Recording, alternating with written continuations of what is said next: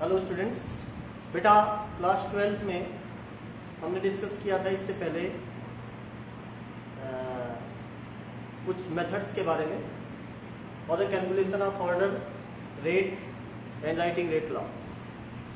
तो उनमें एक मेथड जो हमने डिस्कस किया था बेटा वो था ग्राफिकल मेथड। ग्राफिकल मेथड, और इस मेथड के अंदर हमने ये बताया था कि हम ग्राफ प्लॉट करते हैं rate and different concentration of reactant with different power. ठीक है, जहां पे ये कर्व लीनियर आ जाता है, जहां पे ये कर्व लीनियर आ जाता है वही ऑर्डर होता है। ठीक है ना, अगर n पावर रखने पे कर्व लीनियर आ गया तो इसे क्या कहेंगे, इसका मतलब इस रिएक्शन का ऑर्डर क्या है, n। इसके बाद बेटा दूसरा मेथड इनिशियल रेट मेथड, ये भी शायद हमने कल डिस्कस किया था। इनिशियल रेट मेथड, ठीक है। इनिशियल रेट मेथड में हम क्या करते हैं, मान लीजिए कोई रिएक्शन है A प्लस बी प्लस सी और इससे प्रोडक्ट बना। ठीक है, अब आपको निकालना है कि इस रेट लॉ में जब इसका आप रेट लॉ लिखें तो रेट लॉ कैसे लिखेंगे, रेट इज इक्वल टू के ए की पावर अल्फा बी की power beta and C power gamma. ठीक है, इसको निकालने के लिए बेटा हमें बार बार एक्सपेरिमेंट करने पड़ते हैं, और वो आपको नहीं करने हैं, वो आपको एक्सपेरिमेंट के रिजल्ट्स दिए जाएंगे। उन रिजल्ट से आपको अल्फा बीटा गामा की वैल्यू निकालनी पड़ेगी। रिजल्ट कैसे दिए जाएंगे, जैसे मान लीजिए कोई एक रिएक्शन है, ये एक दूसरी रिएक्शन हम लेते हैं A plus B gives 2C plus B. ठीक है, तो यहां पे क्या क्या दिया जाएगा आपको, ये देखो, एक तो दिया जाएगा कंसंट्रेशन ऑफ A, दूसरा दिया जाएगा कंसंट्रेशन ऑफ B और तीसरा दिया जाएगा रेट। ठीक है ना, इस तरीके से 3 या 4 एक्सपेरिमेंट जो भी दिए गए, इन सब वैल्यूज को आपको दिया जाएगा। तो अब इस मेथड से निकालने के लिए पहले देखिए इसकी थ्योरी क्या है, इसको निकालते कैसे। इसमें हम क्या करते हैं कि रेट ऑफ रिएक्शन यानी ऑर्डर ऑफ रिएक्शन निकालने के लिए हम पहले ए बी और सी के नॉन कंसंट्रेशन लेकर के, ठीक है ना, इनिशियल रेट निकालते हैं। मान लीजिए इसका 1 मोल 2 मोल 3 मोल ये ले लिया, समझ में आया, पहला एक्सपेरिमेंट 1 मोल 2 मोल 3 मोल लिया, लेने के बाद हमने रेट निकाला, जो रेट आई उसको हमने यहाँ, ठीक है ना, या इसमें मान लीजिए इसका हमने ले लिया 0.1 मोल और इसका भी ले लिया 0.1 मोल। ठीक है, और रिएक्शन करवाई, रिएक्शन करवाने के बाद हमने बेटा इसकी रेट निकाली। ठीक है ना, रेट ऑफ रिएक्शन हमने फाइंड आउट कर, तो उस रेट ऑफ रिएक्शन की वैल्यू आपको दे दी गई। ठीक है, लेट ये वैल्यू दी जाती है 7.5 × 10⁻³ ठीक है। अगली बार हम क्या करेंगे, अगले एक्सपेरिमेंट में हम क्या करेंगे बेटा कि बी को तो एज इट इज, जैसे इसमें लिया हमने बी को एज इट इज रख लिया, हमने सी को एज इट इज रख लिया, ए को हम 2 गुना 3 गुना या 4 गुना बढ़ा देंगे। ठीक है ना, ए या बी मतलब 3 रिएक्टेंट है, 3 में से 2 को सेम रखना है। जैसे यहां देखो 0.1 लिया था, इसको हमने 0.1 ले लिया और इसको ले लिया 0.2 गुना कर दिया 0.2। ठीक है ना, 0.2 किया, जो रेट है उसको कैसे कैलकुलेट कर लिया। अगले एक्सपेरिमेंट में क्या करेंगे, अगले एक्सपेरिमेंट में ए को सेम रखेंगे, कितना 0.1, और बी को क्या कर दिया, ठीक है ना। तो इस तरीके से आप बार बार रेट ऑफ रिएक्शन निकाल लेंगे। ठीक है ना, अब रेट ऑफ रिएक्शन निकालने के बाद पहले इसके लिए हमने रेट का लिखा, फर्स्ट एक्सपेरिमेंट के लिए क्या आ जाएगा, रेट इज इक्वल टू के, ए कितना बेटा 0.1 की पावर अल्फा, 0.1 की पावर बीटा, और रेट की वैल्यू क्या दी गई यहाँ पे 7.5 इंटू 10⁻⁻3, ये वैल्यू दे दी। इसके बाद सेकंड एक्सपेरिमेंट के लिए सेम हमने लिख लिया। मान लीजिए इसके लिए वैल्यू दी जाती है आपको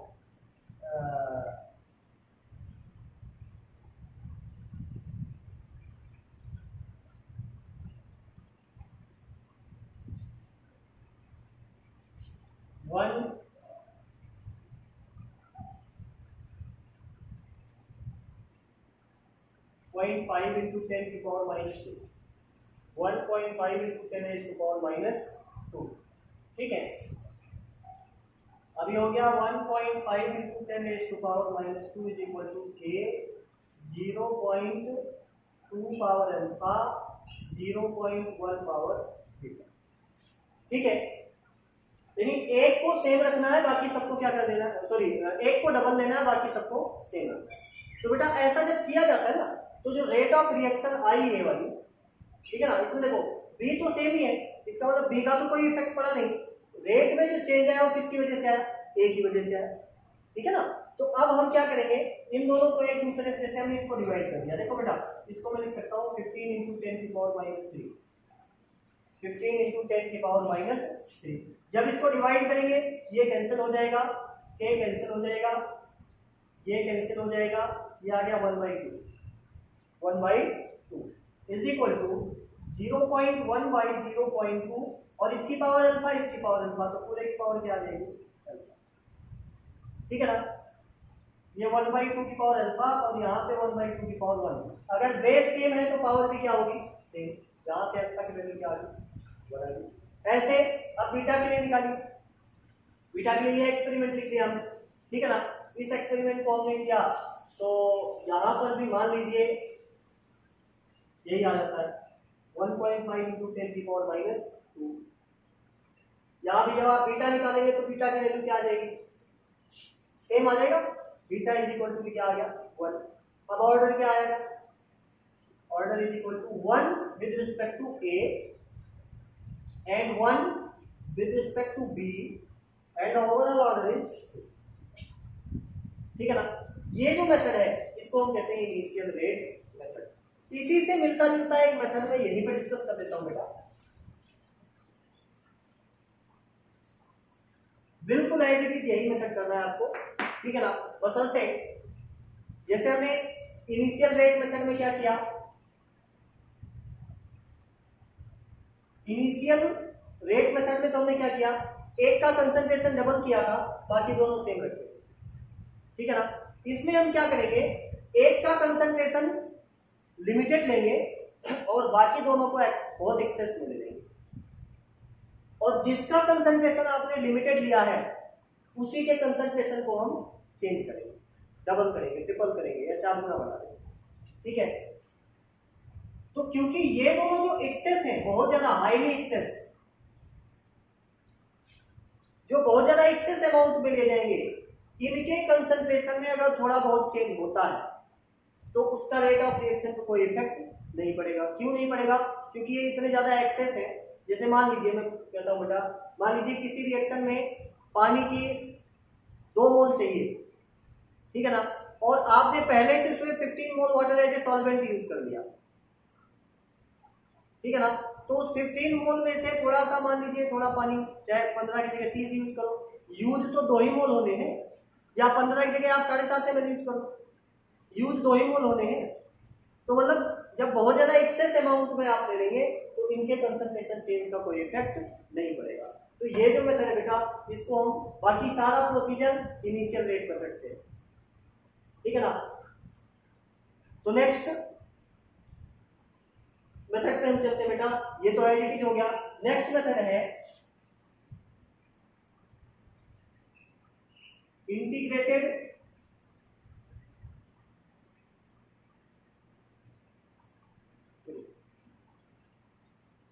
चौथा मेथड है integrated rate law method, integrated rate law method. इसमें हम क्या करते हैं बेटा, इसमें हमारे पास जो रेट और कंसंट्रेशन है, इनिशियल कंसंट्रेशन और फाइनल कंसंट्रेशन, ठीक है ना, यानी हम तीन चीजें फाइंड आउट करते हैं। क्या? रेट या ऐसे वैल्यू ऑफ के, वैल्यू ऑफ के फाइंड आउट किया। अब मैं यही बता देता हूं, के की वैल्यू फाइंड आउट करनी है। मान लीजिए किसी रिएक्शन, एक रिएक्शन में लिख के दिखाता हूं, A plus B gives product. आप के की वैल्यू फाइंड आउट कीजिए, कैसे करेंगे? के की वैल्यू फाइंड आउट करना है तो आप A का 1 मोल ले लो और B का 1 मोल ले लो। A का 1 मोल, B का 1 मोल, रिएक्शन करवाइए और रेट निकालिए। क्या निकाल लीजिए? रेट। 1 मोल ऑफ ईच लेने पे जो रेट आती है, 1 मोल ऑफ ईच लेने पे जो रेट आती है उसी को हम कहेंगे के, दैट इज रेट कांस्टेंट। आ गया होगा समझ? तो हम ऐसे एक एक मोल लेकर के पहले क्या किया, हमने रेट निकाल लिया। फिर अब इनिशियल कंसंट्रेशन निकाला हमने किसका? ए का,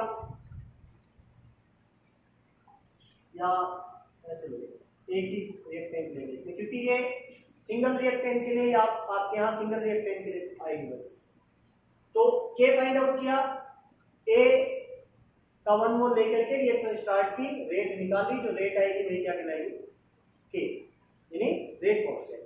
आप देखिए, इसके बाद इनिशियल कंसंट्रेशन आपने ए नोट यूज कर लिया 1, या 10 मिनट, 20 मिनट, 50 मिनट, 15 मिनट के बाद फाइनल कंसंट्रेशन आप जो भी बचता है 0 पॉइंट समथिंग, ठीक है, वो नोट कर लीजिए। इन तीनों वैल्यूज को पहले जीरो ऑर्डर में पुट कर दीजिए।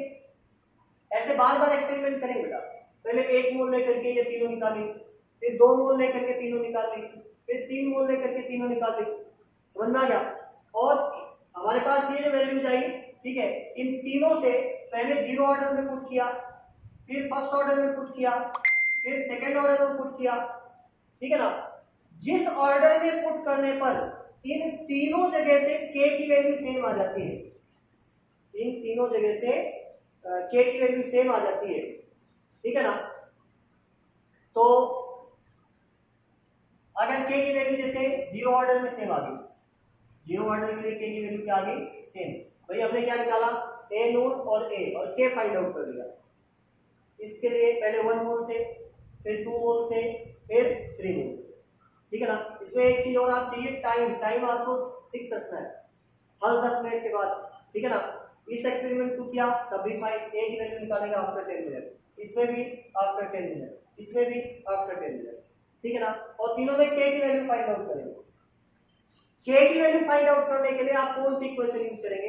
एक बार जीरो ऑर्डर की यूज करो। अगर जीरो ऑर्डर यूज करने पे तीनों बार के की वैल्यू सेम आ जाती है तो इसका मतलब इसका ऑर्डर जीरो है, ठीक है। और अगर के की वैल्यू सेम नहीं आती तो फिर आगे बढ़ेंगे। अब हम इन तीनों बार के की वैल्यू फाइंड आउट करेंगे कौन सी? फर्स्ट ऑर्डर यूज करके। अगर यहाँ के की वैल्यू सिमिलर आ जाती है तो इसका मतलब इसका ऑर्डर के 1 है, ठीक है ना। ऐसे ही सेकेंड ऑर्डर इक्वेशन में वैल्यू पुट करके और के की वैल्यू फाइंड आउट कीजिए तीनों की। अगर तीनों में के सेकंड ऑर्डर से सेम आ जाता है तो मतलब उसका ऑर्डर क्या है? इस रिएक्शन का ऑर्डर क्या है? 2 है। ऐसे बार बार हिट एंड ट्रायल मेथड से करके हमें देखना पड़ता है। अगला जो मेथड है वो है half life method. Half life method, ठीक है। हाफ लाइफ मेथड के लिए सबसे पहले हाफ लाइफ का फॉर्मूला क्या होता है? T half proportional to 1 by, या फिर ऐसे लिखा है a की पावर 1 माइनस n। ये मैंने जनरल एक्सप्रेशन बताया था for half life of any order reaction, ठीक है। इसमें हम क्या करें बेटा? एक रिएक्शन है हमारे पास, ए से प्रोडक्ट का, पहले इसका 2 मोल लेकर के रिएक्शन स्टार्ट की और हाफ लाइफ फाइंड आउट कर ली। फिर 3 मोल लेकर के इसको कहेंगे टी हाफ, और 3 मोल लेकर के रिएक्शन स्टार्ट की, फिर से टी हाफ फाइंड आउट कर ली, इसको कहेंगे T half dash, T half dash. 2 बार एक्सपेरिमेंट कर लिया, दोनों बार टी हाफ फाइंड आउट कर लिया। अब हम क्या करेंगे बेटा, इस इक्वेशन में इन दोनों वैल्यू को पुट करेंगे। टी हाफ इसको बराबर कर लेंगे इक्वल टू के, पहले एक्सपेरिमेंट में हमने कितना लिया था 2 की पावर 1 माइनस 10। क्लियर। अगली बार T half dash is equal to K, इस बार हमने कितना मोल लिया था 3 पावर 1 माइनस 10। इसको मानेंगे इक्वेशन नंबर 1, इसको मानेंगे इक्वेशन नंबर 2। डिवाइड कर देंगे इनको, ये डिवाइड के से के क्या हो गया, कैंसिल हो गया। ठीक है, ये वैल्यूज आप क्योंकि फाइंड आउट कर चुके हैं तो इनकी वैल्यू पुट कर देना। मान लीजिए यहाँ पे कुछ भी आ जाता है 0.x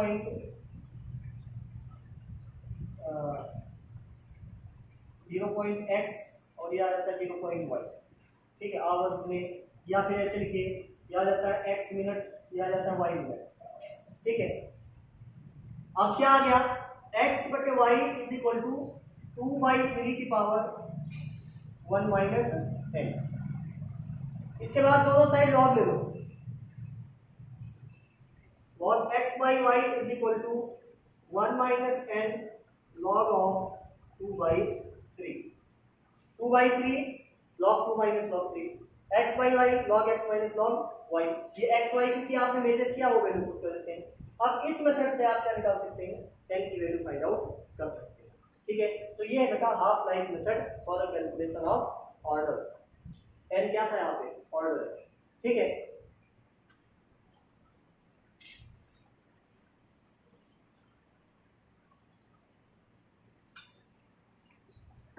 इसके बाद बेटा कुछ एक टिपिकल एग्जांपल दिए गए हैं।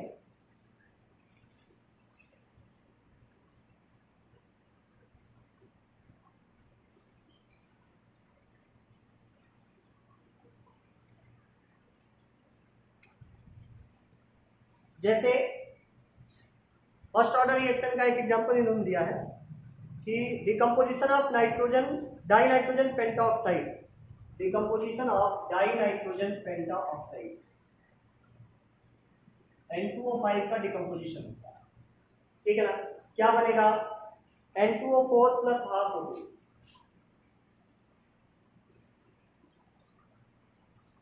या इसको ऐसे लिख सकते हैं 2NO2 प्लस हाफ O2। ऐसी रिएक्शन, इस रिएक्शन के लिए आपको कहा जाता है फर्स्ट ऑर्डर इक्वेशन है, ये फर्स्ट ऑर्डर की रिएक्शन है और इसमें आपको क्या दिया जाता है, इसमें दिया जाता है बेटा ऑक्सीजन का वॉल्यूम दिया जाएगा। क्या दिया जाएगा, ऑक्सीजन का वॉल्यूम। अब उस इसका कंसंट्रेशन ध्यान रखना, रिएक्टेंट का कंसंट्रेशन नहीं दिया जाएगा, क्या दिया जाएगा, ऑक्सीजन का वॉल्यूम। और इस ऑक्सीजन के वॉल्यूम से आपको के की वैल्यू फाइंड आउट करनी है। ठीक है ना, रेट कांस्टेंट निकालना है। तो इसके लिए क्या मेथड, क्या चीज है, ऑक्सीजन से क्या रिलेशन है इसका। सबसे पहले तो ये ध्यान रखिए बेटा कि इस रिएक्शन में जो ऑक्सीजन बन रही है it is a gas. Oxygen क्या है, गैस। और किसी भी गैस का जो वॉल्यूम होता है it is directly proportional to number of moles. समझ में आया। जब आप रिएक्शन शुरू करेंगे, जिस बर्तन में ये रिएक्शन हो रही है, ध्यान से समझो बेटा, इस बर्तन में मान लीजिए रिएक्शन करवाई जा रही है, तो इस बर्तन में शुरू में जब आप रिएक्शन शुरू करेंगे तो सिर्फ और सिर्फ कौन सी गैस होगी, N2O5। क्या इसमें ऑक्सीजन होगी, नहीं होगी। ठीक है ना, नहीं होगी तो ऑक्सीजन का वॉल्यूम क्या ले लेंगे हम, ये क्लियर कर दो। फिर अगली कंडीशन आप ये मानिए कि जब इनफाइनाइट टाइम पास हो जाता है, यानी ये रिएक्शन पूरी तरीके से कंप्लीट हो जाती है। समझ में आया। ये रिएक्शन अगर पूरी तरीके से कंप्लीट हो जाती है तो यहां पे ऑक्सीजन का वॉल्यूम मैक्सिमम हो जाएगा और ये जो ऑक्सीजन का वॉल्यूम आया यहां पे, ठीक है, ये किस पे डिपेंड करेगा, इस N2O5 के इनिशियल कंसंट्रेशन। शुरू में आपने, जैसे मैं एक मोल की बात करता हूं, अगर आप मोल लेंगे तो ऑक्सीजन कितनी बनेगी, हाफ मोल रिएक्शन पूरी होने के बाद। अगर आप इसका 2 मोल लेंगे तो इसका 1 मोल बनेगा, अगर आप इसका 3 मोल लेंगे तो इसका 1.5 मोल बनेगा। It means reaction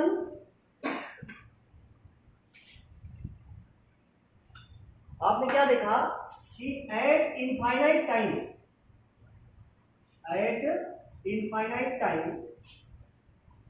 when reaction completed, जब रिएक्शन क्या हो जाती है, कंप्लीट हो जाती है, तो जो वॉल्यूम ऑफ ऑक्सीजन है, क्योंकि इनफाइनाइट टाइम पे यूज करना है, तब इसको क्या कहेंगे, ऐसे वी इंफिनिटी। आपने क्या देखा, ये जो वॉल्यूम है किस पे डिपेंड कर रहा है, N2O5 के कितनी अमाउंट ली गई थी उस पर डिपेंड कर रहा है। आगे समझ में, अगर हाफ ऑक्सीजन, ये जो ऑक्सीजन है, अगर N2O5 ज्यादा लेंगे तो ज्यादा बन जाएगी। अभी आपने कहा 1 मोल लेंगे तो आधा मोल बनेगा, आधा मोल को एसटीपी पे अगर बात करें तो 11.2 लीटर, अगर 2 मोल लेंगे तो 22.4 लीटर, ठीक है ना, और अगर 3 मोल लेंगे तो 33.6 लीटर, ऐसे बनेगी ना। तो इसका मतलब कि जो वॉल्यूम ऑफ ऑक्सीजन है वो किस पे डिपेंड कर रही है, इस N2O5 के अमाउंट, ठीक है ना, इसके नंबर ऑफ मोल, या कहिए इसके कंसंट्रेशन। तो हम क्या लिख सकते हैं, इसका मतलब V infinity of oxygen is directly proportional to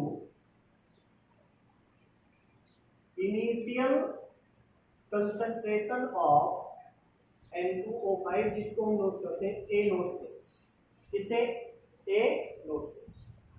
अब यही ध्यान रखिएगा बेटा, अगर मान लीजिए 10 मिनट के बाद निकाले तब भी यही कंडीशन है, तो जितना ज्यादा N2O5 टूटेगा उतनी ज्यादा ऑक्सीजन बनेगी, समझ आया। तो हम क्या लिखेंगे, it means the amount of oxygen after T time, the amount of oxygen after T time is directly proportional to concentration of N2O5 reacted, concentration of N2O5 reacted। अब यहां से हम क्या निकालेंगे, concentration of N2O5 remained,